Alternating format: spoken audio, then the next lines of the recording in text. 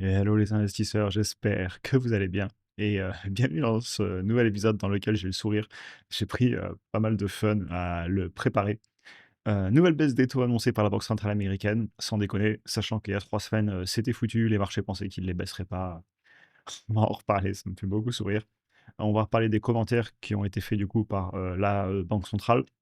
Le quantitative easing est de retour. Ne vous inquiétez pas, il réimprime de l'argent.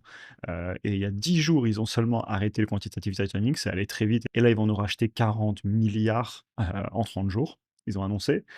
Les marchés américains sont pas loin des plus hauts, la bourse, Nasdaq, S&P 500, etc. On va parler de tout ça. Ça me fait beaucoup sourire, surtout que là, il y a écrit la Banque centrale américaine est divisée sur la décision. Ah bon, quand je vois les votes, c'est très clair. Je vais me marrer dans cette vidéo.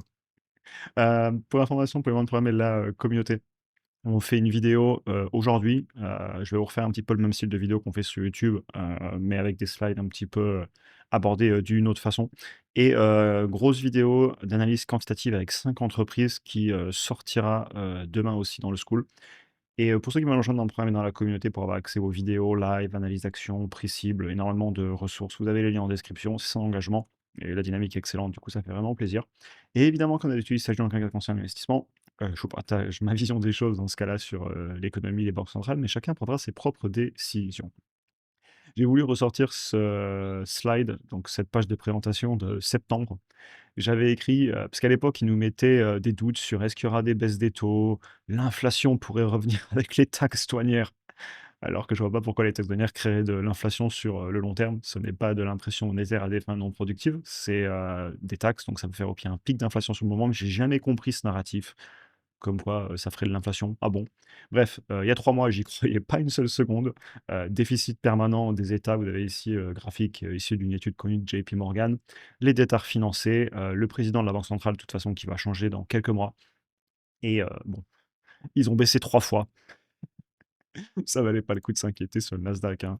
Quand je vois où on était en avril et d'ailleurs maintenant, je vais en parler plus tard, je m'amuse à écrire toutes les peurs, qu'on a, sur le long terme, directement sur le graphique et voilà, il y a 10 jours, la banque centrale ne va pas baisser les taux, l'IA est en bulle, le shutdown, c'est une catastrophe, on n'a pas les données de l'économie. Baisse des taux.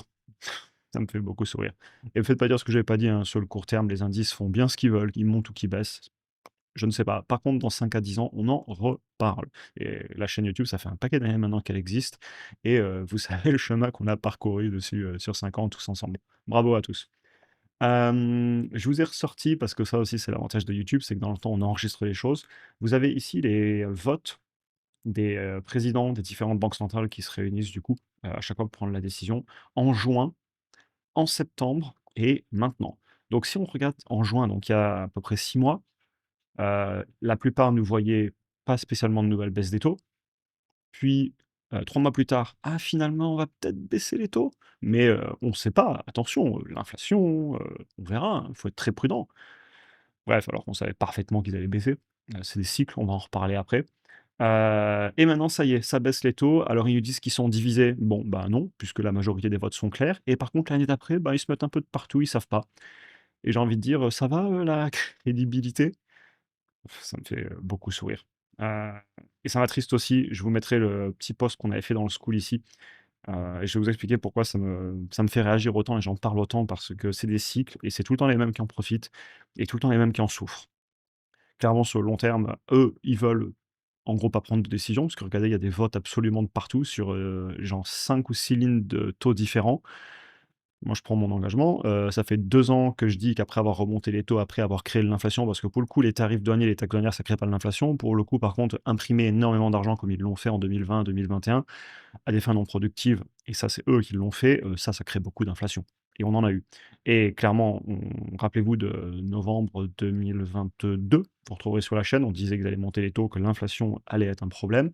Et ensuite, on a eu toute la traversée, la grande peur de 2023 avant la belle hausse de 2024. On savait que ça allait baisser les taux. Ils ont mis 1 an de plus.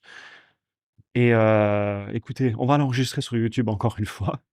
On se retrouve dans 1 an ou 2. Eux, ils nous disent qu'ils vont rester entre 2,5 et 4. Petit sentiment qu'il se pourrait qu'on passe sous les 2,5 quand même. Je vous ai mis le carré ici et j'ai hâte de suivre ça. Il y a pas beaucoup de cuts dans cette vidéo, je me marre, je me marre rarement autant sur YouTube. Et aussi pour information, hein, QI, donc ça y est, hein, au niveau du bilan de la banque centrale, on va commencer à racheter, heu et à arrêter de vendre, donc le bilan va réaugmenter et vous l'avez au niveau, des graphiques. Je pense, la vision des choses, que ça va repartir à la hausse ici et je vous l'ai dessiné, ici. Et si je prends le M2, hein, donc les dollars en circulation, notamment aux États-Unis, sachant qu'il y a l'euro-dollar, mais alors là, c'est une toute autre histoire, l'euro-dollar. On avait déjà, en fait, repris l'impression monétaire depuis des mois, on en a déjà parlé sur la chaîne. On est sur un plus haut historique, il n'y a jamais eu autant de dollars en circulation. Ne vous inquiétez pas, ils imprimeront la monnaie. De toute façon, la déflation, ce ne sera jamais acceptable et des signaux de déflation, on en a absolument enfin, on en a beaucoup. J'ai aucune attente après jusqu'à juin 2026. C'est du court terme sous 6 mois. Il peut se passer énormément de choses. J'ai pas de boule de cristal, on peut se prendre une récession, on peut se prendre un marché euphorique, je ne sais pas. On en reparle dans 5 à 10 ans, et là, par contre, la tendance, elle est beaucoup plus claire pour moi. Et pour vous en reparler, je vais montrer, ce graphique que je suis depuis, pas mal de temps. J'avais dessiné à l'époque et j'ai continué à le suivre en mettant des graphiques. Je vais vous expliquer, c'est pas très lisible. Début 2022, hausse des taux, «Oh, ça va être la catastrophe, blablabla, blablabla». Bon, bah, moi, j'arrêtais pas d'acheter. Rappelez-vous, hein, fin 2022, début 2023, Google est mort. Juin 2024, le Tesla 170, SoFi qui a passé plus de 2 ans à 7-8 $ et cetera. Vous connaissez la liste. Ensuite, tout 2024, le narratif dans les médias que la récession arrive, c'est certain. Bon, on a eu une hausse absolument incroyable en 2024 alors que ça disait partout qu'il fallait vendre. Hors de question que je vende, j'achète. Puis ça a continué, les opportunités. Ensuite, on a eu en avril dernier les taxes douanières. Ça va recréer de l'inflation. Je vois pas pourquoi les taxes douanières créent de l'inflation sur le long terme. Ça peut faire un pic d'inflation, ça on le disait, mais c'est pas de l'impression monétaire, hein, c'est du transfert. Bref, on a acheté, on est à plus, je sais pas, 40 ou 50 depuis avril. Je dis, je elle me fait beaucoup sourire cette vidéo et la version qu'on va se faire sur School, on va se marrer aussi. Plus 50 en 6 mois, logique. Et maintenant, ben, on a eu une baisse là, en début novembre, «Ah, ils vont pas baisser les taux» et cetera. Bah, ça y est, on a déjà pratiquement rattrapé toute la baisse. C'est, là, je vous ai mis le petit commentaire là-haut et je suis content, j'ai bien acheté la baisse. Heu, Bientôt plus 7, 7 et quelques et puis on va revenir peut-être sur les plus hauts. Encore une fois, je ne sais pas, je parie pas sur le court terme. Par contre, je reste investi. Ah oui, je voulais vous sortir un slide, qu'on avait fait il y a quelques mois, mais avant, je voulais passer un passage, d'un post qu'on faisait, que je trouve très important et c'est certainement le moment le plus important de la vidéo.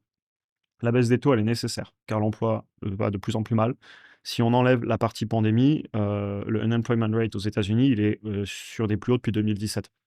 L'inflation, c'est pas spécialement un gros problème en comparaison de l'emploi. Pour le moment, ne vous inquiétez pas, ils recréeront de l'inflation, ils réimprimeront, d'ailleurs c'est déjà parti, et ils vous en referont de l'inflation. De toute façon, la déflation n'est pas acceptable pour les États. Mais du coup, bah, comment faire pour faire baisser les taux? Parce que je regardais, le 10 ans et le 30 ans américains, sont pratiquement sur les plus hauts. Alors certes, la baisse des taux, ça va aider, mais surtout, c'est ce que j'écrivais ça, je l'écrivais dimanche. Autour du quantitative easing, vous inquiétez pas, s'il faut faire baisser les taux, on achètera les obligations sur le marché, on fera grossir le bilan de la banque centrale. C'est parti, 40 milliards annoncés 3 jours après que j'ai écrit ce texte. Ça me fait sourire de mais non, en fait, je vais vous expliquer pourquoi ça me et j'en parle tout le temps, c'est mon combat. C'est pour ça que j'ai lancé YouTube et vous avez des vieilles vidéos, pardon, sur la chaîne où j'en parle. Parce qu'en fin de compte, tous les chemins mènent probablement à un assouplissement de la politique monétaire, avant qu'ils redurcissent dans quelques années quand ils auront refait encore un cycle. L'histoire se répète et pendant ce cycle, qui se répète et c'est un classique, les personnes étant restées en cash ont subi une forte inflation, se sont fait, bah, ça a été très dur et les personnes investies ont fait exploser leur patrimoine. Allez mesurer les mouvements sur le S&P 500 ou le Nasdaq depuis 2020, on est sur du x2 et plus selon, où est-ce que vous mesurez. On va pas le faire ici, mais je vous laisserai mesurer et selon les actifs, hein. Dans tous les cas, la plupart des actifs se sont appréciés et je sais pas quoi dire. À part que, bah, voilà, je vais continuer mon combat sur la chaîne pour informer autant que possible à mon petit niveau. Parce qu'en fait, ça m'use vraiment. Déjà, cette histoire, on se la fait tout le temps. Alors, je sais que ces vidéos, vous les regardez pas tous, vous connaissez l'histoire. Je me répète tous les 3 à 6 mois, mais c'est trop important de faire cette vidéo. Et si je peux, à mon niveau, essayer de faire passer le message quand même, bah, en fait, que l'histoire se répète, que c'est usant, c'est triste et on en a profité, c'est terrible de le dire, mais parce qu'on était investi, qu'on n'a pas vendu. Et si on est de l'autre côté de l'histoire, bah, c'est chaud si on a gardé du cash. Parce que, bah, l'inflation, on se l'est prise pendant 2 ans et c'est reparti. Ils réimpriment de l'argent. C'est usant, voilà.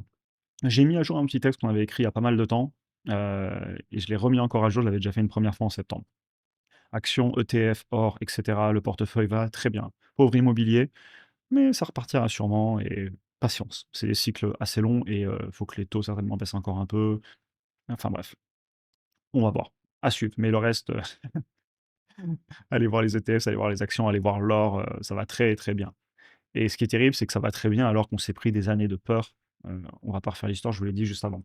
Je reste investi, je continue à déployer du cash dans les marchés et dans d'autres actifs. J'ai pas le choix. Je vais pas vendre et me mettre en cash. Alors que tout ce qu'on vient de dire juste avant, c'est qu'il faut surtout que je sois investi parce que, bah, c'est reparti. Ils vont réimprimer, le quantitative trading est fini et cetera. Difficile de prévoir l'économie et je m'amuse surtout pas à rentrer et sortir du marché, je ne fais pas du trading là-dessus, je reste investi. Par contre, par rapport à mes actions individuelles, c'est très important parce que certaines entreprises sont plus ou moins sensibles à l'économie et donc je me dois de le suivre. Et aussi, ça me rappelle fondamentalement de ne pas vendre que de suivre l'économie parce que l'histoire se répète.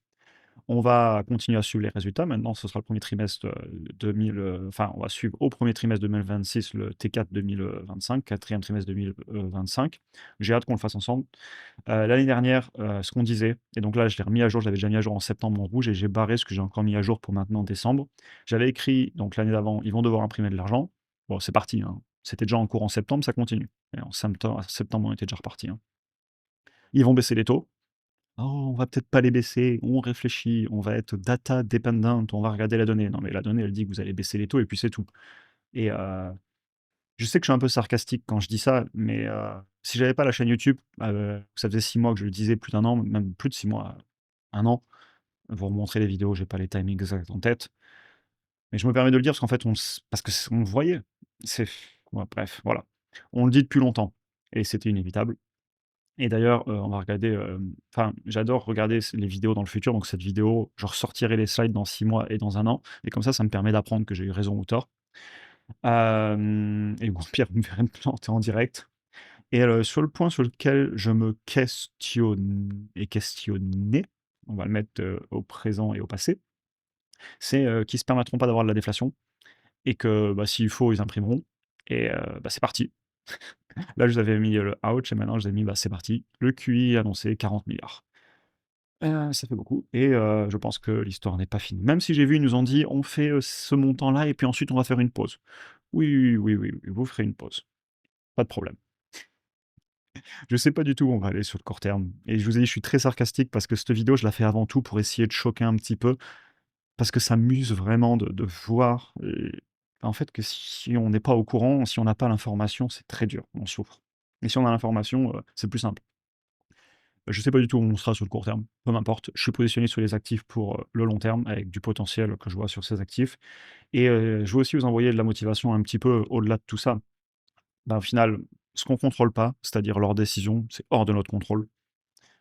Voilà, c'est comme ça. Par contre, travailler intelligemment, amener de la valeur sur le marché, ne pas enfin, j'estime et je fais tout pour pas être fainéant. Je peux m'améliorer, j'ai énormément de choses sur lesquelles je dois m'améliorer, j'ai rien fait d'exceptionnel. Je suis juste là à partager ce que je fais. Je me bats tous les jours. J'aime ce que je fais, travailler beaucoup. Je m'ennuierais sinon. Le meilleur moment, pour investir et agir, c'était hier. Le deuxième meilleur moment, c'est aujourd'hui et c'est quand tout va bien qu'on se prépare pour avoir des appuis solides. On n'est pas loin des plus hauts. Il y a encore de quoi acheter, hein. J'achète, toutes les semaines, tous les mois des actions mais pourquoi pas j'en profite un peu aussi pour remonter mes niveaux de cash, sécuriser, on sait jamais, on peut se prendre une récession, il peut se passer des choses. Gérer ses finances personnelles, avoir du cash mais pas trop, avoir de l'épargne de sécurité et cetera, mais quand même rester investi et ensuite actif, actif, actif, gérer, le patrimoine de façon, diversifiée. Évidemment, j'entends en actifs, en zone géographique, en devises et cetera, mais quand même, bah, se concentrer sur les actifs et aller chercher des opportunités tous ensemble et en profiter. Ah, j'ai pris du plaisir à faire cette vidéo, même si c'est un mélange de choses qui m'énervent et de choses qui me font marrer. Bah, j'avais envie de la faire. On s'en fera certainement une tous les 3 à 6 mois, parce qu'elles sont super intéressantes ces vidéos et elles écrivent dans le temps les choses et ça nous permet d'apprendre tous ensemble. J'espère que ça vous aura intéressé. Je vous retrouve dans le School aussi pour une vidéo, du même style où on va, parler, de ça. Certainement avec des petits points, que je voulais vous parler aussi vidéo quantitative que je vais enregistrer et qui sortira demain et pour ceux qui veulent rejoindre les en description et sinon on continue les vidéos YouTube. Il y aura certainement un jour ou 2 où il y aura pas de vidéo début de semaine prochaine parce que je serai dans les avions. Et voilà, je vous souhaite une excellente journée et à très bientôt pour un prochain épisode. Bonne journée à tous.